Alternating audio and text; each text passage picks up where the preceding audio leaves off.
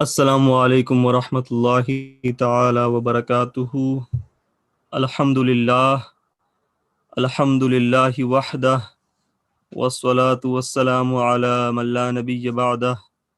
Amma ba'd, fa'a'udhu billahi minash shaitanir rajim. Bismillahir rahmanir rahim. Fas'alu ahla dhikri in kuntum la ta'alamun. Sadaqallahu al-aliyyul azim wa sadaqa rasuluhu an-nabiyyul kareem. Before we begin, I would like to request all of the listeners and all of the viewers to please recite salawat in the court of the majestic Nabi, the greatest of all creations, the master of all creations, Sayyiduna Muhammadun al-Mustafa. Allahumma salli ala Sayyidina wa Mawlana Muhammadin ma'adin al-judi wal-karam, manba'il ilmi wal-hilmi wal-hikam, wa alihi wa sahbihi wa barik wa sallim. I would like to welcome all of the viewers and all of the listeners, and I would like to request everyone to please share the link of today's program so that most people can benefit from this program. And I would also like to request that everybody subscribe to this channel so that everyone can benefit from future programs that we have in which we teach this beautiful religion of Islam. This program has been brought to you by Muslim Dreamers with the support of the Al-Noor Youth of Houston, Texas, and Noori Masjid of Plano, Texas. You can ask questions in the comments on YouTube or in the Zoom meeting in the public chat. And you can also ask questions in the Urdu language or the English language. We have with us again on this third day in which we are having an open Q&A session. This means that we can ask questions about anything that we would like. The previous 2 days were regarding certain topics and certain subjects. Today's question and answer session is absolutely open. Whatever confusions you may have, whatever difficulties you may have, whatever problems you must be facing, you can ask any of those questions and you can learn regarding those questions from a great scholar of Islam that we have present amongst us today. This honorable scholar has served the religion in many countries. He has served the religion through many innovative ways in which he could spread this message as far as he can. He has dedicated his life to this mission of spreading this message, this beautiful message of Islam. We have with us today the Khalifah of Huzur Taj al-Shariah and Huzur Muhaddith Kabeer, the honorable scholar, the honorable grandson of Sayyiduna Sadr al-Shariah. We have with us Mufti Faizan al-Mustafa Qadiri, Hafizahullah Ta'ala. We would like to thank Hazrat for giving us this time, and we would also request Hazrat that before we begin the question and answers, to say a few words by which we can learn from his beautiful advice and his beautiful words, his beautiful lessons. I would like to request Hazrat to please say some words. Everyone can start asking questions and sending the questions in. السلام عليكم ورحمة الله وبركاته نحمده ونصلي ونسلم على رسوله الكريم أما بعد قال الله سبحانه وتعالى أعوذ بالله من الشيطان الرجيم بسم الله الرحمن الرحيم فاسألوا أهل الذكر إن كنتم لا تعلمون آمنت بالله صدق الله العلي العظيم اللهم صل على سيدنا وشفيعنا وحبيبنا وطبيبنا ومولانا محمد وعلى آله وأصحابه دائما أبدا. Dear brothers and sisters and all viewers, I am again with you today, and this would be the last day of these sessions, and inshallah we will try to meet you again in future anytime for requirement of the society, requirement of the community. Just you can request the Muslim dreamers to arrange a session, and they will inshallah ready to serve you every time and all day. So Allah subhanahu wa ta'ala says, addressing each and every person, فَاسْأَلُوا أَهْلَ الذِّكْرِ إِن كُنتُمْ لَا تَعْلَمُونَ. If you do not know, then ask the people of knowledge, those people who know. This ayah makes to ask questions further upon those people who are not aware. So this ayah divides the whole community into two. One community is, we say, mujtahid, and other one is muqallid.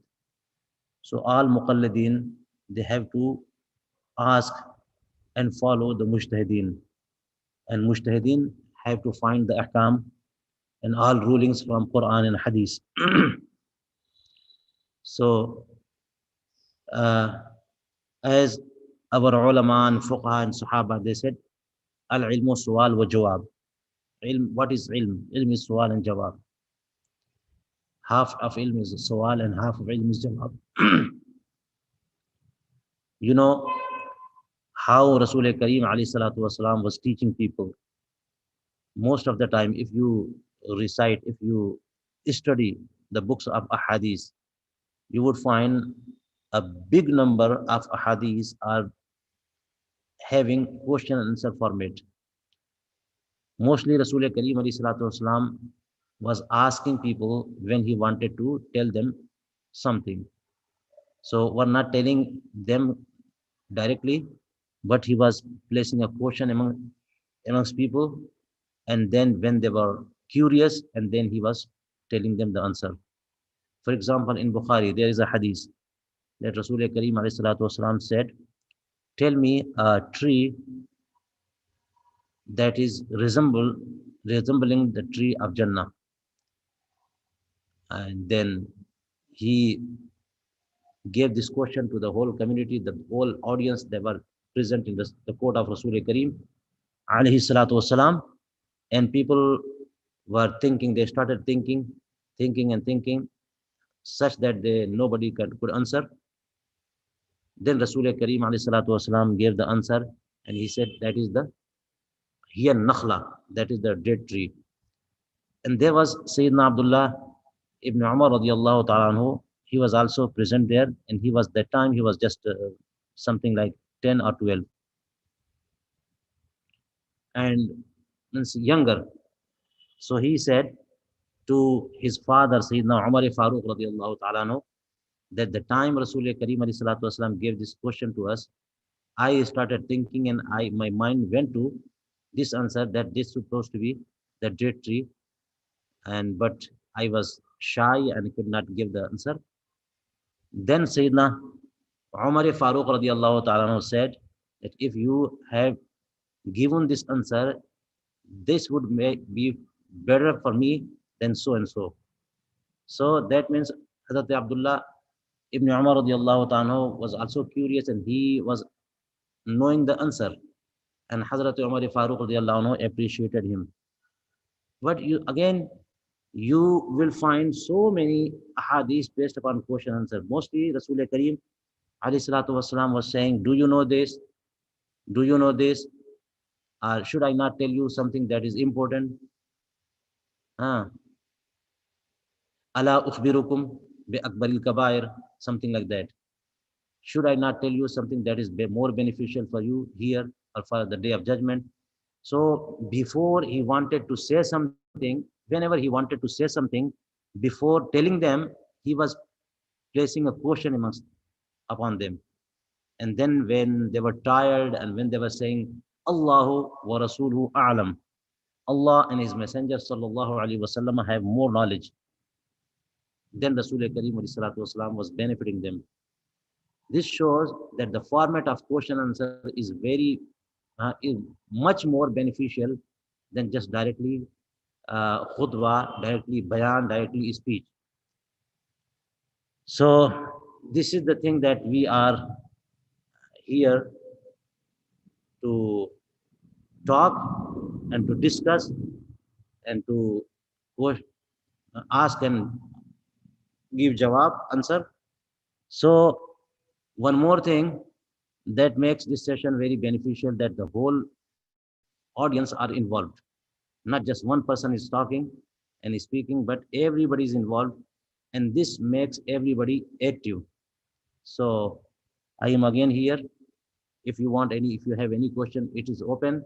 But I want to tell you one more thing, same thing again, that I am nothing but just an student of knowledge, an student of knowledge. And student means the one who loves to gain knowledge, the one who wants to research and find the masail and find the knowledge in the books. So I am ready to answer your question. If I'm not aware of of the answer of your question, I will tell you without any hesitation that I will tell the answer whenever the answer would be ready. I would not take the responsibility of all questions if I do not know the answer, but I will try to answer as much as I can, inshallah. Allah subhanahu wa ta'ala will help me, and inshallah, Allah subhanahu wa ta'ala will help you all and will help all our community. So go ahead and start your question. We would like to thank you for giving us this time, Hazrat. And we would like to request the viewers to please share the link so that most people can benefit from this beautiful program that we are having. The first question is that if tiny crumbs of food remain in my mouth when starting salah, is my salah still valid? What happens to my salah if I swallow them during the salah?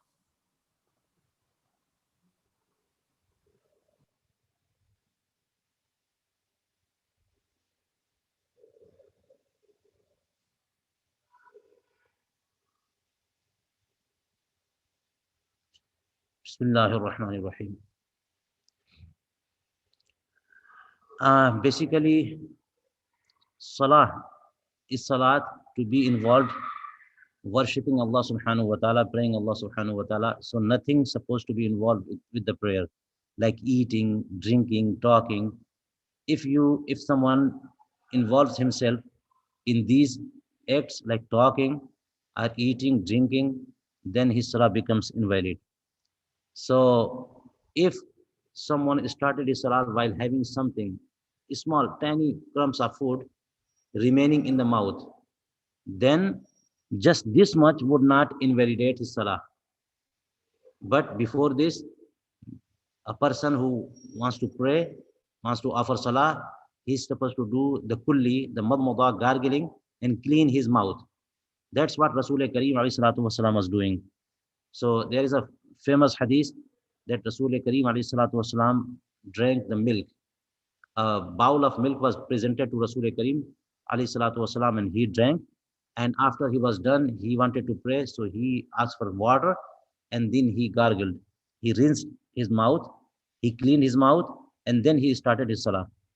And the wording he said that time, that Rasul Kareem والسلام, said, Inna lahu dasaman. There is definitely fat for this milk. So he wanted to clean his mouth. So this tells us that our mouth is supposed to be completely clean. One more factor is there, that once you pray, you read Quran, you do the azkar, and then malaika, the angels of Allah subhanahu wa ta'ala, they come and they kiss and they touch your lips, because the azkar, awrad, asma husna in Quran Kareem is their food, is their, they love it. So if they come to your mouth and they feel bad smell, they go back, they return. That's why Rasul Kareem والسلام, wanted his mouth to be very clean, and he wants every Muslim to make his mouth very clean before he starts salah. But if if just a size of chickpea is there inside your mouth and you swallow it, that much breaks your salah. That much. If smaller than that, then no. But if something the size of a chickpea, a grain size, and you swallow it, then it breaks your salah, because that is much is enough to say that he eats, he adds something. And if it's smaller than that, then not. That is the masla. Wallahu ta'ala a'lamu bis-salah, bis-sawab. The next question, Hazrat, is is it permissible to enter a contest in which one would receive a sum of money or a high price item such as a car? This question is also is being asked regarding a certain website in which if you buy something from that website, you are buying basically a t-shirt or some jeans or something, and in return for buying those jeans or that t-shirt, you are getting a certain amount of entries into the contest. So if you're paying $60 for the t-shirt, you have 60 chances to win the sum of money or to win a luxury car. uh, this question is being asked for both situations. If you are getting something in return, like you're buying the t-shirt and you're getting the entries for the contest, and also in the situation that if you are only buying the entries and you're not getting anything in return that is guaranteed. Is it permissible to enter a contest?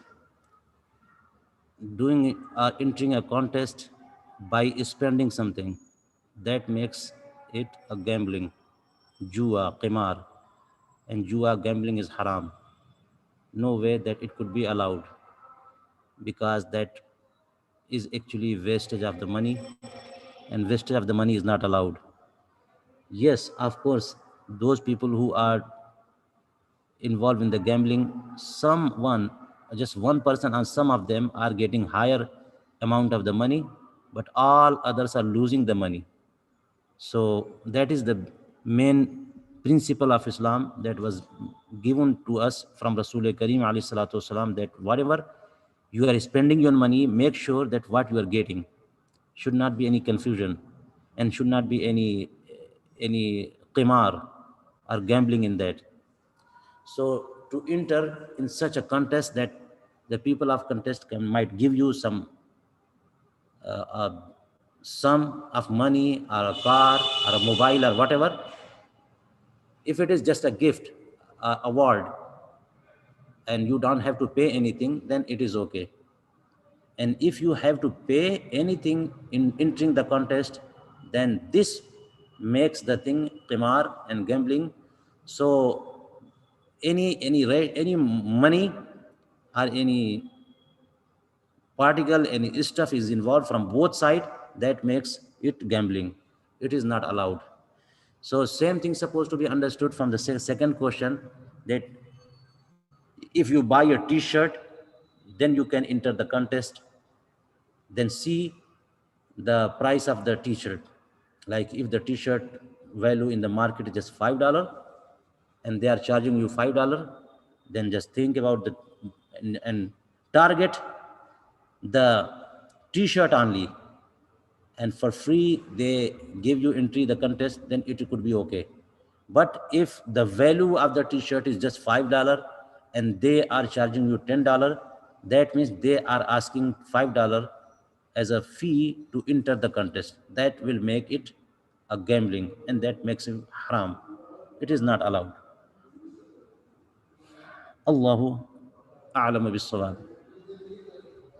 Also, Hazrat, a related question is that people, certain organizations like Masajid, they have contests and they say to the donors that if you donate a certain amount of money or if you donate any money at all, then you have a chance to win a Umrah ticket or something like that. Would this be permissible?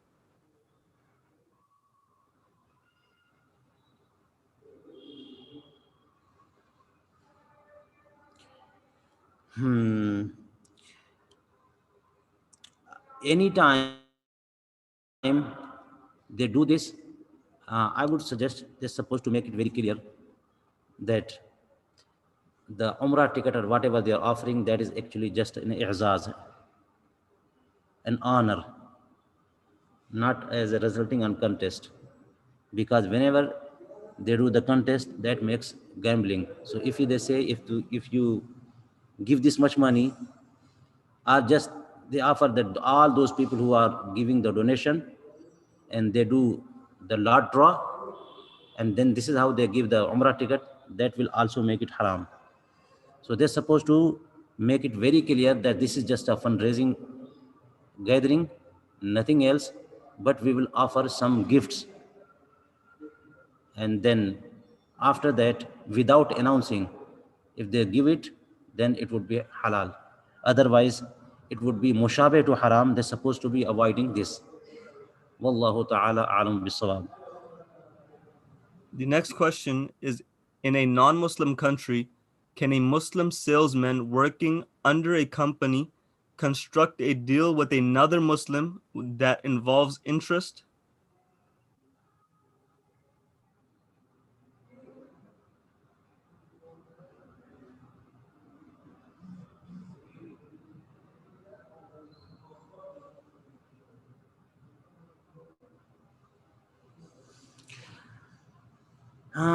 Actually, if that non-Muslim country, the whole world is divided into two.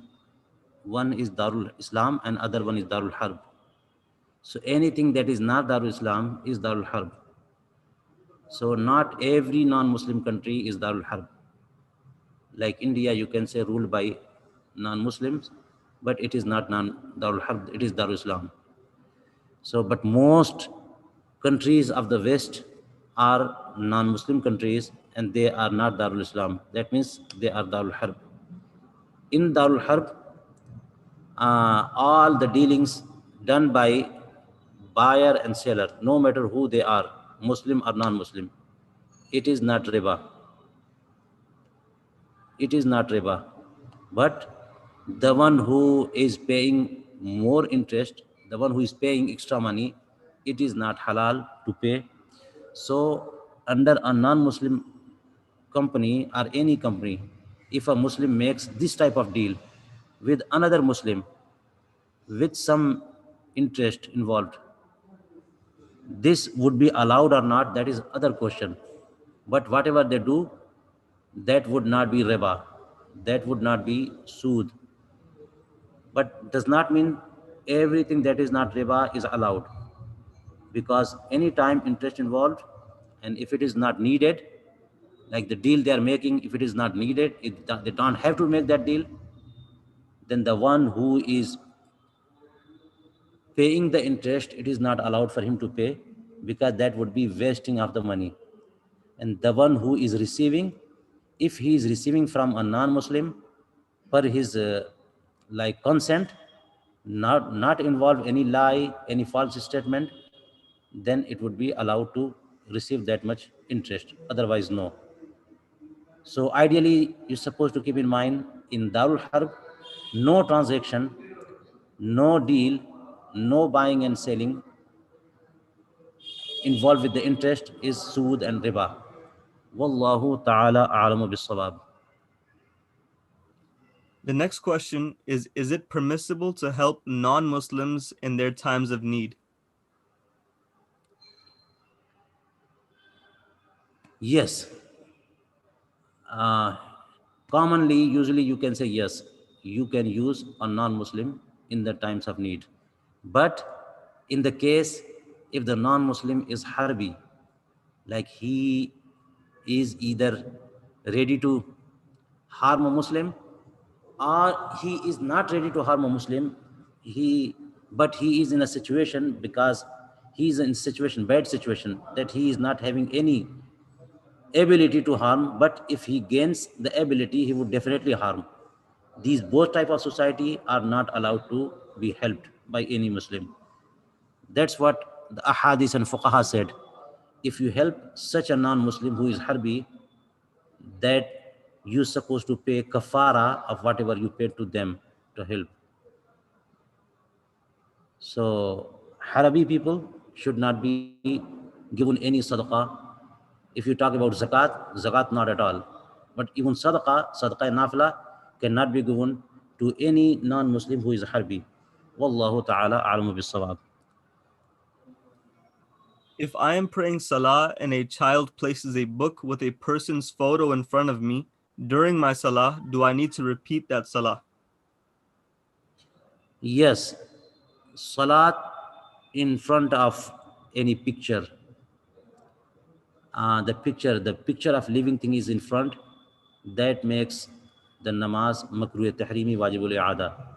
Not only in front, but on the top or the head, right hand side, left hand side, even back side. But if any picture of living thing is a back, then it is also makruh, but lesser makruh.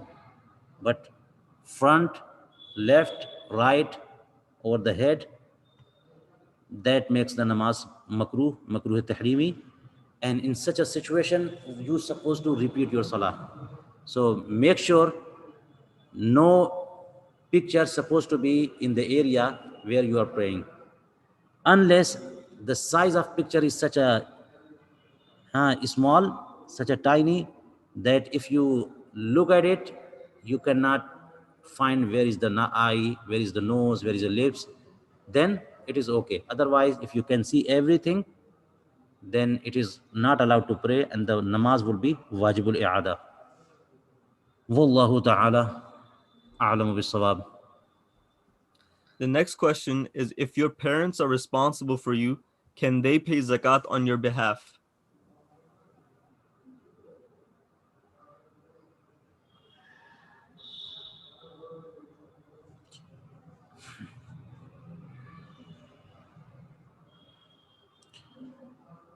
If your parents are responsible for you, means they are guardian, what would be the meaning of responsible? If, like, the Shari way, being parents responsible, if the child is nabaligh, he is not mature, not reaching the age of puberty, then the parents are guardian, but they don't have to pay zakat on your behalf. Reason, because the children are not subject to pay zakat. Zakat becomes farz only on balighin, on those people who are Muslim and sane and reach the age of puberty. They are baligh, like they are reaching the age of the age of reaching the age of puberty is between 12 to 15 for boys and 9 to 12 for the girls. So let's see if the son is 15 plus or the daughter is 12 plus, then the parents are not responsible to pay zakat on his or her behalf, and they would be paying on their own. But they're supposed to teach the children that you are subject and you are required to pay zakat on your money if they have the money. If the children are not having any jewelry, any money, anything that could reach the nisab limit, then they don't have to pay zakat. So if the children have jewelries and money and they are still nabaligh, none of them, like neither children nor the parents, are required to pay zakat on that wealth. And if you ask that what the children are reaching, like 20 years, 18, 20, 25, and still they are with the joint family, and the parents are looking after them and they are their guardian, then the parents are not responsible. The children themselves are responsible for their zakat. And if they are not aware of this duty, then it is responsibility of parents to teach them. Still, for their help, if the parents want to pay zakat, they can pay zakat, but keep in mind that while paying zakat, before paying the zakat, they're supposed to tell the kids or the son and daughter that here is the amount of zakat on your money, and I am going ahead and I am paying it. So that it's supposed to be from them on their behalf. If you paid zakat from your child, from your son and daughter, then they are not aware at all, that would not be zakat from them. That would be a sadaqah from you. And zakat would be still due upon them if they are baligh. Wallahu ta'ala a'lamu bis-sawab. The next question is that if a university student is given $300 on the first day of school, for example, the 1st of August of 2020, to pay for school expenses, does his or her nisab for zakat begin from that day?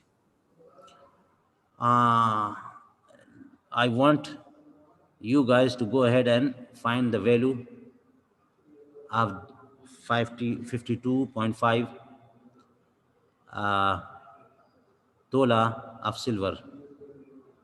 I don't think the value of this much silver can reach the value of $300.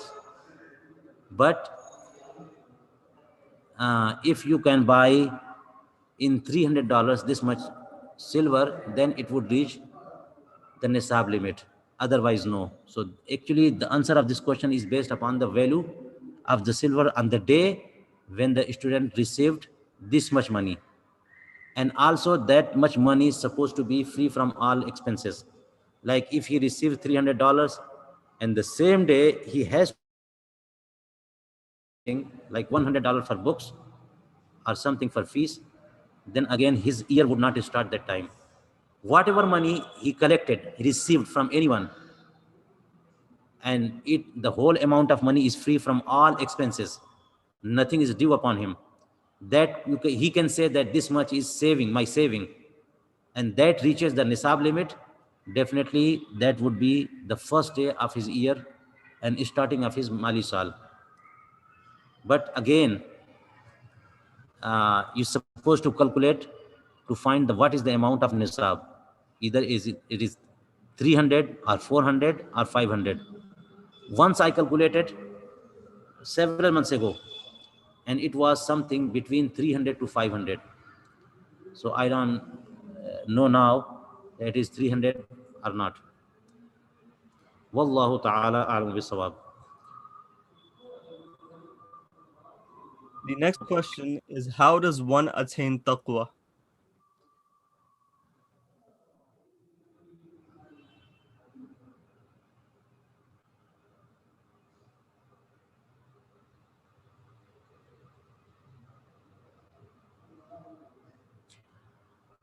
Huh. How does one attain taqwa? Avoiding suspicious things, not avoiding just haram things.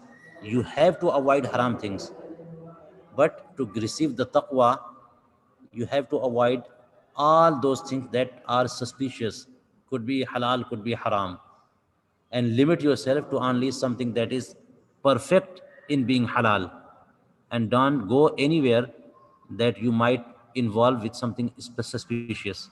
So avoiding shubhat and doubts and suspicions, that will give you the taqwa.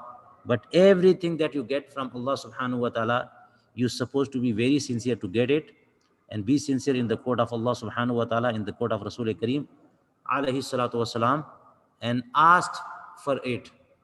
Allah subhanahu wa ta'ala will give you tawfiq to act upon the teachings of Allah subhanahu wa ta'ala and teachings of Rasul Kareem alayhi salatu wasalam, and that would lead you to receive the taqwa. Otherwise, to receive the taqwa is not, attain the taqwa is not easy.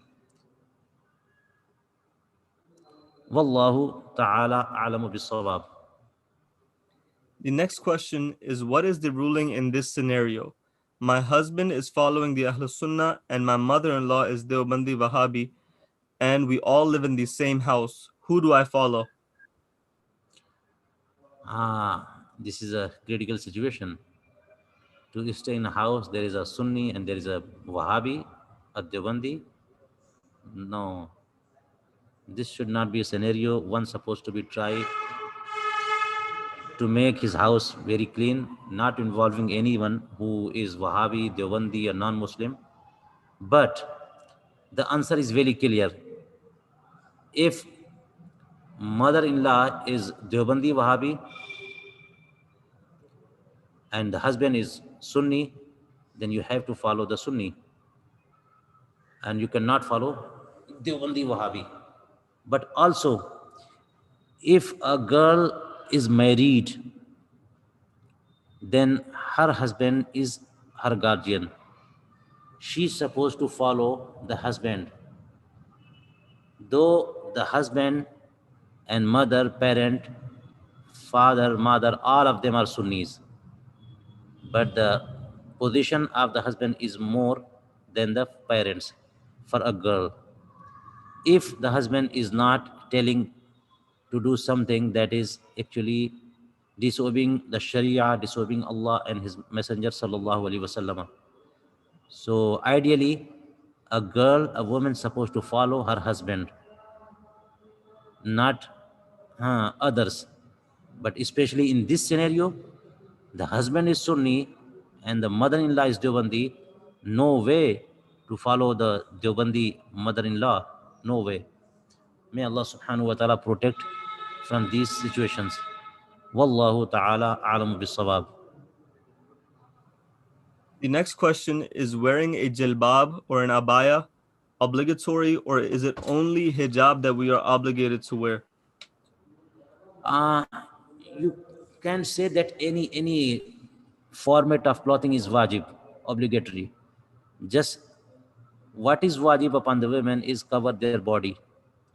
So if they cover their body with hijab or any sheet, any clothing, that much is enough. And so ideally they're supposed to keep in mind that hijab they are wearing is to cover their face, and it is wajib. They should cover their face. And hijab and abaya is to hide the parts of their body. If a lady is wearing only shalwar and qameez, or just pant and shirt, and all parts of the body, if the skin is not shown but still uh, the parts of the body is like appearing, then this is also not allowed. So to wear hijab to cover the body, and also cover the face is obligatory in the form of hijab, in the form of abaya, in the form of sheet, or in the form of anything. Wallahu ta'ala alamu bis-sawab.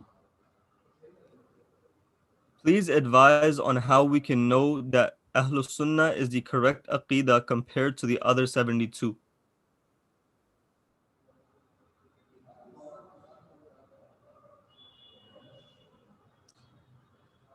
It is very hard. For doing the comparison, you're supposed to have the enough knowledge of Quran and Hadith and all the history back to the time of Rasul Kareem alayhi salatu wasalam. It is very hard. That's why this responsibility was not given to the public.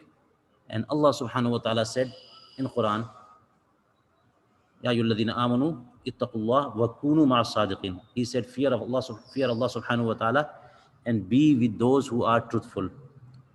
So it is not obligatory, it is not a responsibility upon anyone to do the research work, which one is correct and which one is not. One thing is important, that the follow Ahl Sunnah wal Jama'at that is connected to the time of Rasul Kareem alayhi salatu wasalam. But if you go in detail and you want to find it out, then you can, but you have to have enough knowledge. Like like Rasul Kareem alayhi salatu wasalam said that when Rasul Kareem alayhi salatu wasalam said for 72 sects, and he said, "Sataftariqu ummati ila salasin wa sab'ina firqa, kulluhum finnar illa wahida." My people will divide into 73 sects. One of them would be in Jannah and all of them will go to hell.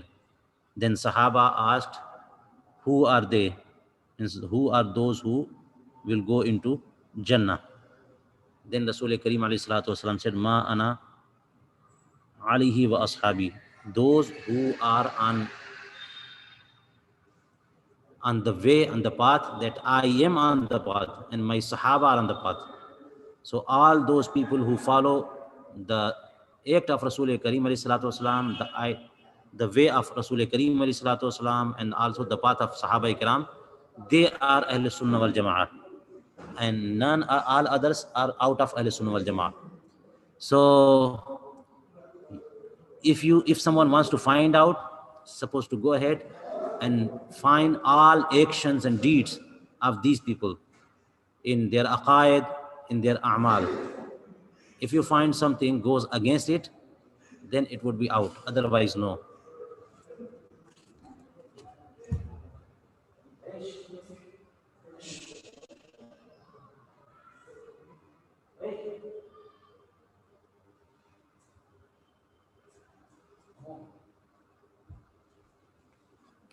And the next question is what is the formal way of making dua? Uh, there is no formal way to make dua. Just some requirements that the time you are making dua, you're supposed to be sincere with Allah subhanahu wa ta'ala, thinking and considering that you will get from Allah subhanahu wa ta'ala, and He will definitely help you. And be sincere in your words of dua, not showing off, and also not having anything haram in your body, not doing anything haram, and just make dua from Allah subhanahu wa ta'ala, having wasila of Rasul Kareem alayhi salatu wasalam, and wasila of all your deeds, good deeds. This would be the formal. Nothing else is formal way of making dua. Also, our ulama have written several books on the way of dua. That and they said, before you make dua, read sometime Durood Sharif and do the praise of Allah subhanahu wa ta'ala. And also they said, before you make dua, do something good, like give sadaqah or recite some parts of Quran or pray few rakat of nafl. Do any good deed, and that will make you go in the court of Allah subhanahu wa ta'ala, that after doing something good, you are asking Allah subhanahu wa ta'ala. And then inshallah, Allah subhanahu wa ta'ala will answer your dua. And if this question has any certain form of question, you can put the question. Otherwise, no any other specific format or formal way of making dua. Wallahu ta'ala a'lamu bis-sawab. What is the formal way? Actually, how should one do tawbah from his sins?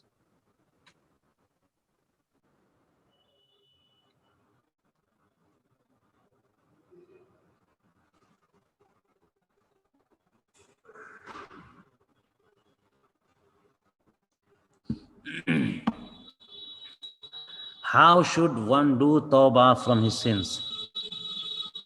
Just make yourself feeling that you are in the court of Allah subhanahu wa ta'ala, and He is seeing you, and then ask for forgiveness, putting yourself that you have committed any sin, and you are returning to the court of Allah subhanahu wa ta'ala, asking Him to forgive me, please. Forgive me, forgive me. And the best way to read any dua forgiveness that was mentioned in the Quran, and say in your own words that, oh Allah, apologize, I make tawbah from the sin committed. And also, the best way of tawbah that will make your tawbah tawbatul nusuha, that make a firm will that you would not commit the same sin again. You have to make your will that you would not commit the same sin again.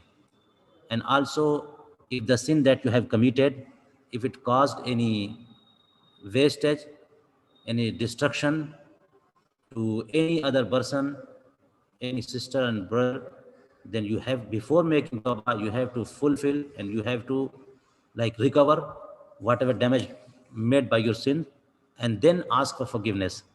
And if your sin did not make any destruction to the property of anyone or the izzat and honor of anyone, then just you can make your tawbah of your sins directly. And also, making tawbah supposed to be with sincerity, that Allah subhanahu wa ta'ala will forgive you. Once you have done the tawbah, then believe that Allah subhanahu wa ta'ala has forgiven you and you are nice now. Wallahu ta'ala a'lamu bis-sawab. What should we do if we often forget during our salah? For example, if we forget which rakat we are on, then are we obligated to repeat the entire prayer?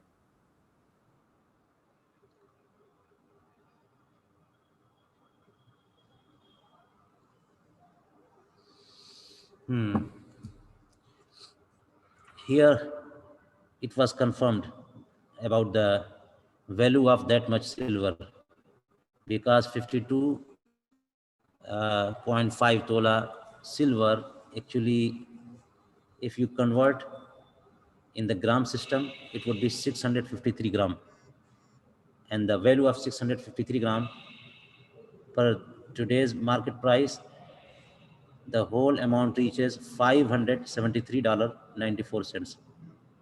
$573.94.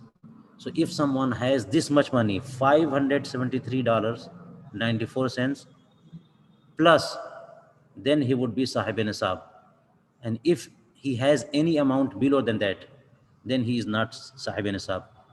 So ideally, you're supposed to keep in mind, and you can Google and find today's market price of how much gold, how much silver, 653 gram.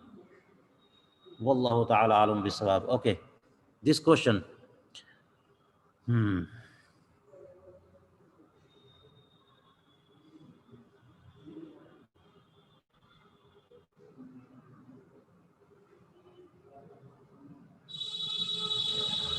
Okay, what we do if we often forget during our salah?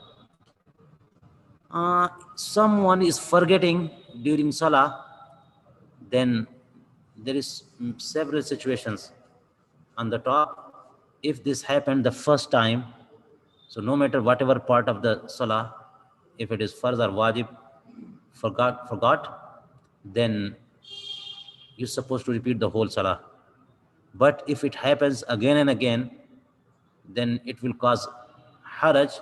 So you don't have to repeat the salah, but see and base upon whatever is the the mutayaqqan, the sure part. Like if you forgot that you read 2 rakat or 3 rakat, and you are actually in the offering 4 rakat namaz, like Yesha namaz, and in the middle of the salah, you forgot that if you did 2 or 3, and it happens again and again, then base upon the lower number, like base upon that you have done 2 rakat and continue basing upon 2 rakat. But at the end of the salah, do sajda saw. So the question says, for example, if we forget which rakat we are on, then are we obligated to repeat the entire prayer? If it happens again and again, then you don't have to repeat the entire prayer. But just base upon the smaller number, confusion between 2 and 3, base upon 2, confusion between 3 and 4, base upon 3, and at the end, do sajda saw. Wallahu ta'ala a'lamu bis-sawab. Can one be involved in the business of growing marijuana and selling it to dispensaries?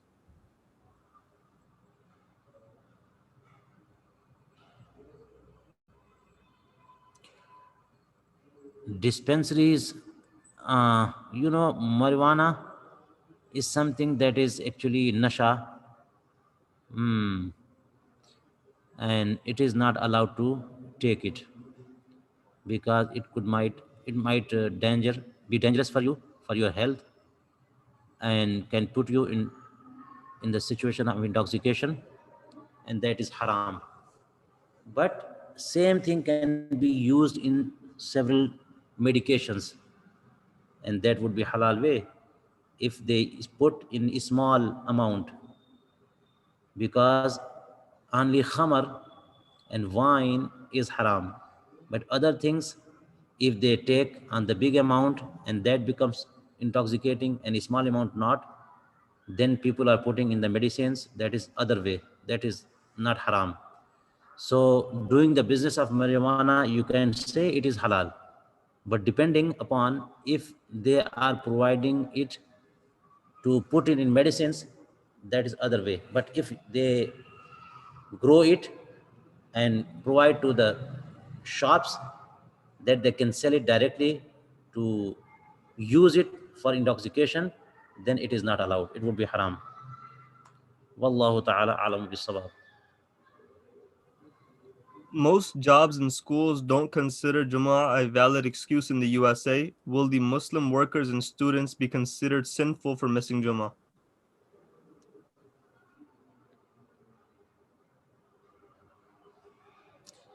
This is bad situation.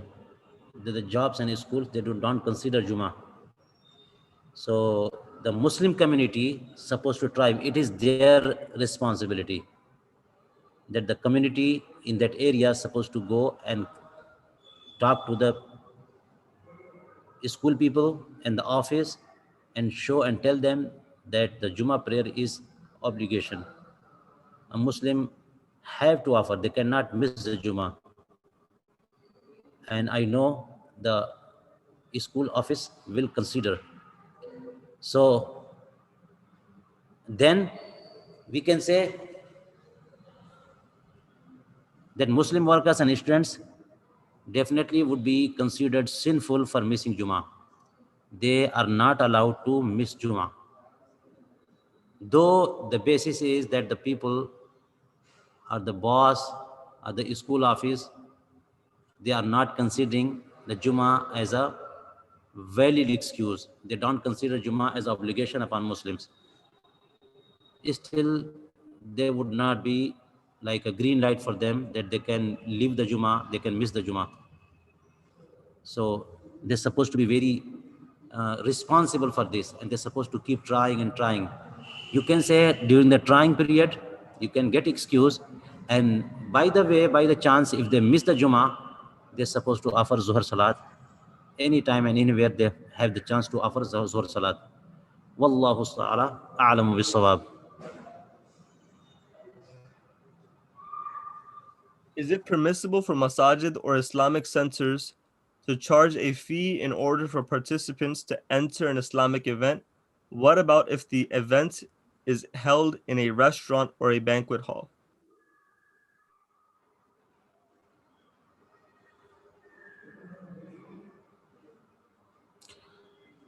Charging a fee is not a problem if they are providing some facility.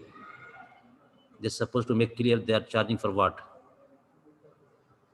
They are charging for the expenses of the banquet hall, for the expenses of the food, for expenses of other things. If they charge some amount, that would not be haram. Definitely they can charge, but it should not be like a gambling. They are charging for something supposed to be clear. And if they are charging more and less, that is not a problem. If they charge more, that would be their business. That means they want to make money for the masjid, for the Islamic center, for this. And if they are charging less, that means they are providing this facility to the community. But charging any fees would not be any problem in Sharia way. If they are providing any service, not charging something, some money for not offering anything, just charging, that would be actually request of chanda, request of fundraise, not of fees. Wallahu ta'ala a'lamu bis-sawab. If I receive a large amount of money in a week before my zakat was due, would this new amount be considered in the zakat that I must give?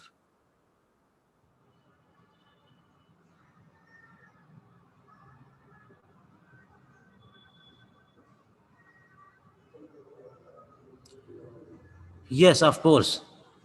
If you are already having nisab money, having such a wealth or money that is reaching the nisab limit, then whatever money, extra money you are getting during the year, that will be considered and that will be added to the main principle. So you said 1 week, and I would say even 1 day before the day of completion of your year. Whatever money you got, you have to pay zakat of all the total amount. Wallahu ta'ala alam bis-sawab. What should I do if the person who owes me money does not pay me back?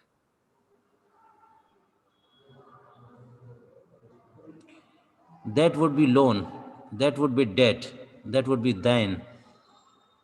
and there are several rulings about the debt, depending about what type of debt it is.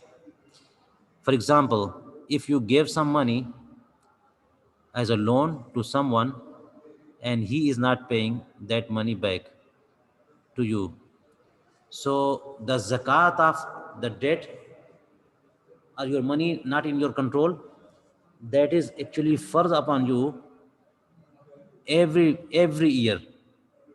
If you are already sahib nisab and also some part of your money is not in your control, you have given to someone as a loan, zakat of that loan is also further upon you, but you don't have to pay now, though the year completed, until you get the money back.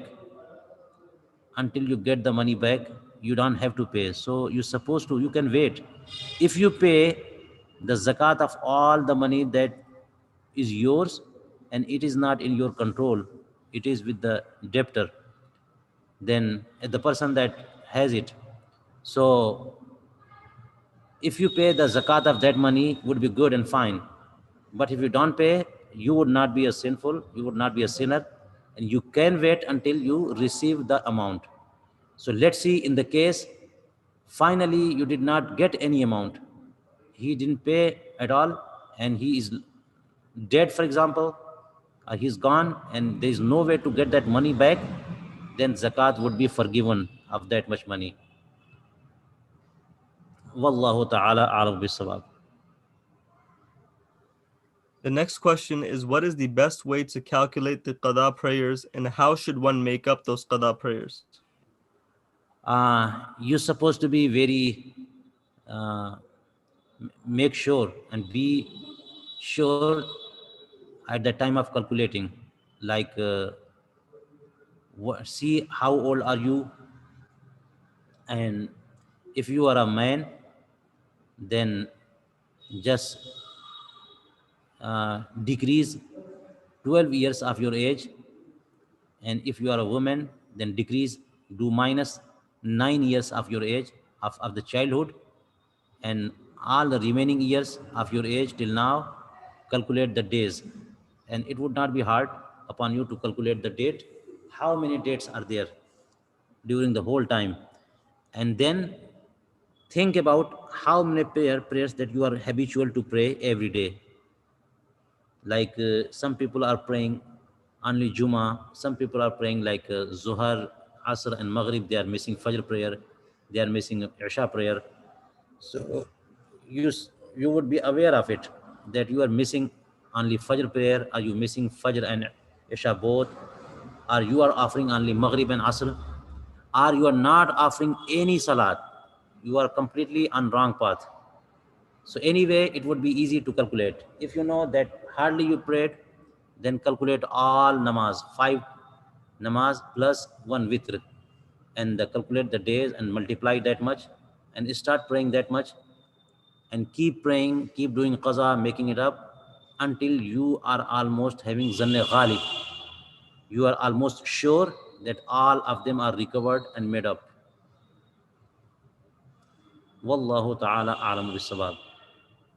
Also, I would like to take this time to tell about a cell phone application by the Sunni Way, which was created under the supervision of the Honorable Mufti Zahid Hussain Al-Qadiri of the UK, in which one could put their information and then that application will calculate your qada prayers for you and it will help you keep track of making them up. The next and the final question is, what is the ruling on following one of the four madhabs, Hanafi, Shafi'i, Hanbali, or Maliki? People in the USA say we are just Muslim and we do not follow any madhab. Is it obligatory for Muslims to follow one of the madhab?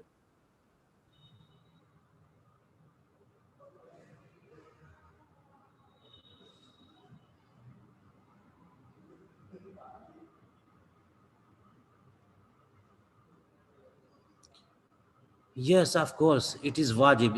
It is obligatory upon every single Muslim and Muslimah today that they're supposed to follow one madhab out of these four mazahib, not any Jafari mazhab or any fifth mazhab, just out of all these four.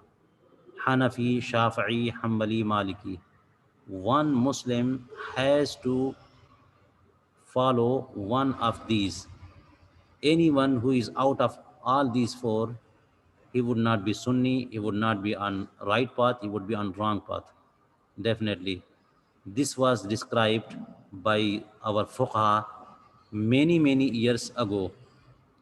So, reason behind this,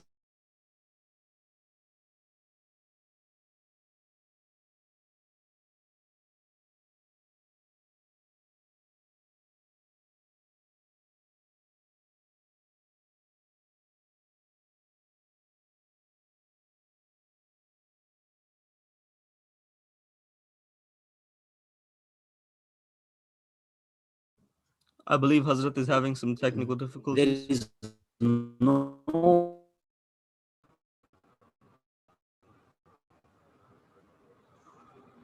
is no way to follow Sharia without following.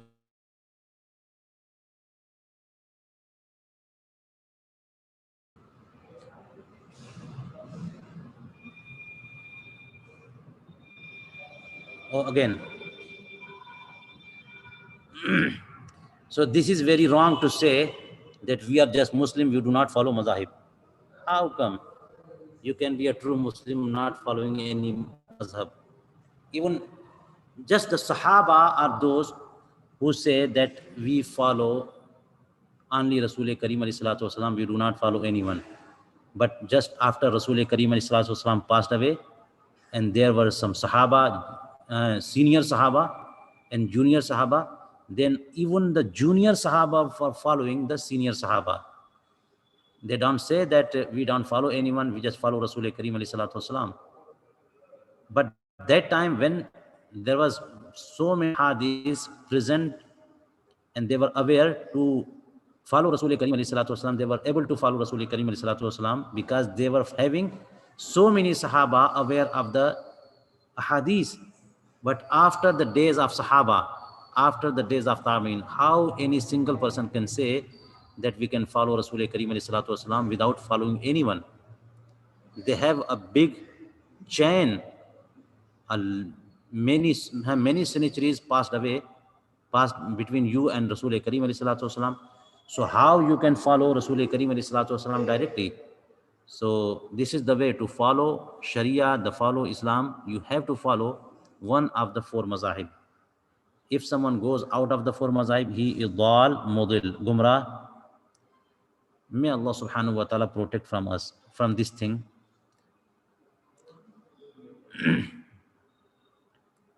Wallahu ta'ala alam bisawab.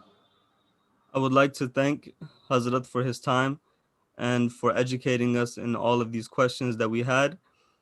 And I would also like to remind the viewers that this program was brought to you by Muslim Dreamers in partnership of the Al-Noor Youth of Houston, Texas, and Noori Masjid of Plano, Texas. I would like to request the viewers to subscribe so that they can stay attached with future programs that we have in which we can learn the rulings in regards to religion of the Islam. And also, I would like to tell everyone that inshallah on the day of Eid, the muslimdreamers.org website will be launching. And the first launch will be of the Muslim helpers section, in which people can donate to certain causes that they want to donate to and that they want to support. May Allah subhanahu wa ta'ala uh, grants us success in this mission. And also, we are going to have special causes in which people can donate to the causes that we have in the Palestine and the India regions in which many Muslims are struggling due to many issues and many conflicts. We would like to request Hazrat to make dua for us as well. الحمد لله رب العالمين والصلاة والسلام على سيد الأنبياء والمرسلين وعلى آله وأصحابه أجمعين. ربنا تقبل منا إنك أنت السميع العليم وتب علينا إنك أنت التواب الرحيم. رب زدني علما، علما نافعا وعملا صالحا ولسانا ذاكرا وقلبا خاشعا وحفظا واعيا وذهنا صاقبا. اللهم وفقني للعمل الصالح وللتعلم والتعليم. اللهم تقبل منا هذه الحفلة व तजावज़ अन कुल्लि मा अख्ताना असना सवाल वल जवाब। या अल्लाह या रहमान या रहीम, इस सवाल व जवाब को हमारे लिए बाइस बरक़ात, बाइस खैरात और बाइस हसनात बना दे। और सवाल व जवाब के दौरान कोई भी गलती हो गई हो तो या अल्लाह दरगुज़र और माफ़ फरमा दे। और या अल्लाह इसको हमारे लिए तालीम और तअल्लुम का ज़रिया बना दे, दीन की तरफ माइल होने का ज़रिया बना दे। या अल्लाह हमें अपने हबीब करीम अलैहिस्सलातु वस्सलाम का सच्चा आशिक़ और मुहिब बना दे, उनसे सच्ची मोहब्बत करने वाला बना दे। और या अल्लाह उनकी मोहब्बत के सदक़े में हमें बार बार मदीने मुनव्वरा की बाअदब हाज़री नसीब फ़रमा। या अल्लाह इल्म दीन की दौलत से माला माल फ़रमा और अपने रसूल करीम अलैहिस्सलातु वस्सलाम की मुक़द्दस और प्यारी शरीयत पर अमल करने वाला बना दे। या अल्लाह जितने लोग आज की डेट में पूरी दुनिया में जितने भी मुसलमान गिरफ़्तार हैं कोरोना वायरस में और या किसी भी बीमारी में, या अल्लाह सबको शिफ़ाए कामिल व आजिल अता फ़रमा। और या अल्लाह जो भी इस बीमारी से या किसी भी बीमारी से हमारे भाई बहन दुनिया से रुखसत हो गए, या अल्लाह सबकी मग़फ़िरत फ़रमा, सबके दर्जात बुलंद फ़रमा। जितने भी हमारे भाई बहन यूएस में किसी भी इलाक़े में हैं, या अल्लाह सबको दीन पर साबित क़दमी अता फ़रमा, दीन पर इस्तिक़ामत अता फ़रमा, नेकियों की तौफ़ीक़ अता फ़रमा, बुराइयों से बचा। और या अल्लाह सबको अपने हबीब करीम अलैहिस्सलातु वस्सलाम की सच्ची मोहब्बत नसीब फ़रमा। व सल्लल्लाहु तआला अला खैरि खल्क़िही सय्यिदिना मुहम्मदिन व अला आलिहि व अस्हाबिहि अजमईन। आमीन बिरहमतिका या अरहमर राहिमीन।